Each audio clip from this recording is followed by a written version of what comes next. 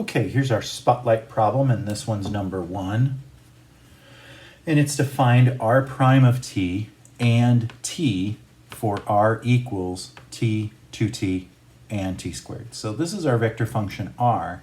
Remember, r prime is really the velocity vector because we want to find the first derivative of the position vector, which is what r is.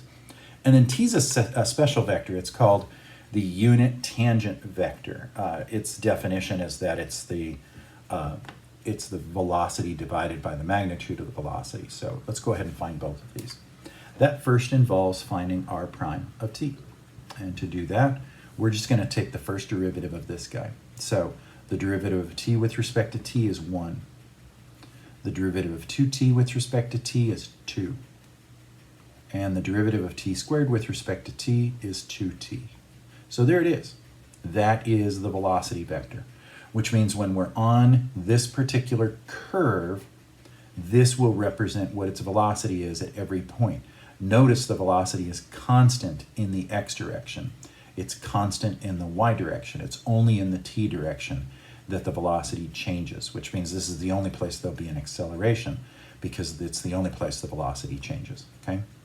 Okay, now let's go one step further. To calculate t, I need the magnitude of this.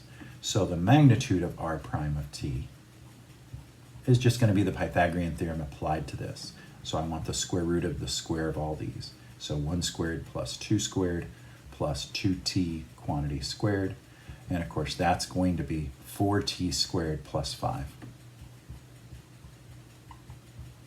All under the radical. Notice this is a scalar now. It's no longer a vector because it's just a magnitude. And then all we do is we take the velocity vector and we divide it by its own magnitude, because that's the definition of the unit tangent vector. T of t is r prime of t divided by the magnitude of r prime of t. Another way you can think of this is it's the velocity divided by the speed. The speed is just the magnitude of the velocity. So the velocity over the speed is the unit tangent vector.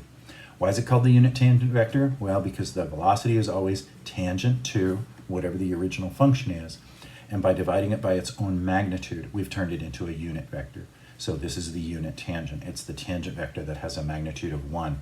And in this case, that would be 1 over the square root of 4t squared plus 5. And then we'd multiply that by the original vector. So we can just put that in the numerator. The original vector is 1, 2, 2t.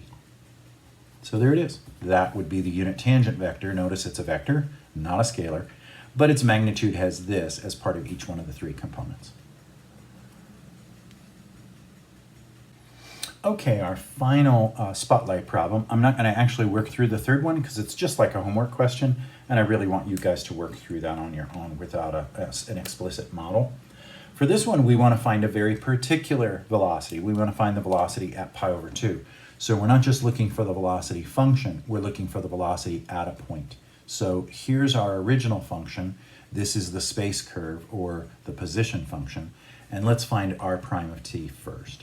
So that means taking the derivative of these. Derivative of sine is cosine. Derivative of cosine is negative sine. And the derivative of 2t is 2.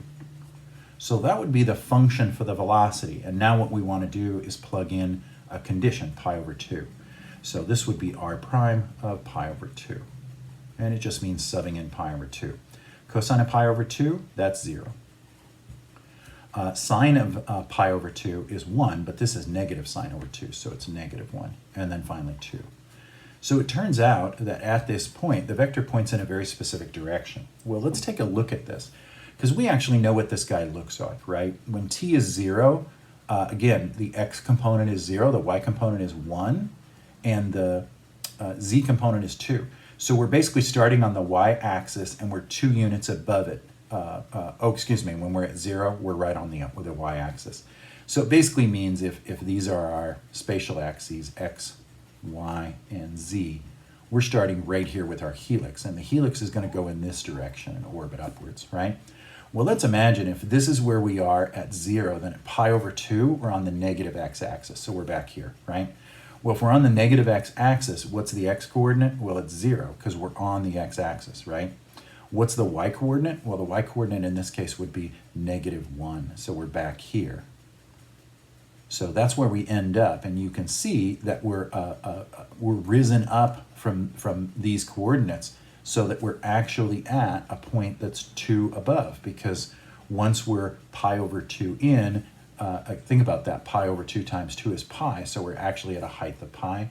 So again, this would be the velocity at that point. We can see that the function where we're actually at is back here, and again, it points with no component along the x direction. It points in the negative y direction, and its height is going to be exactly pi above the xy plane. So again, that's really cool in terms of being able to pick out exactly where we are and show that the velocity is the tangent to the curve at pi over 2, and that's actually the direction that we would be pointing back there. Plug it into GeoGebra. You'll find out the same thing.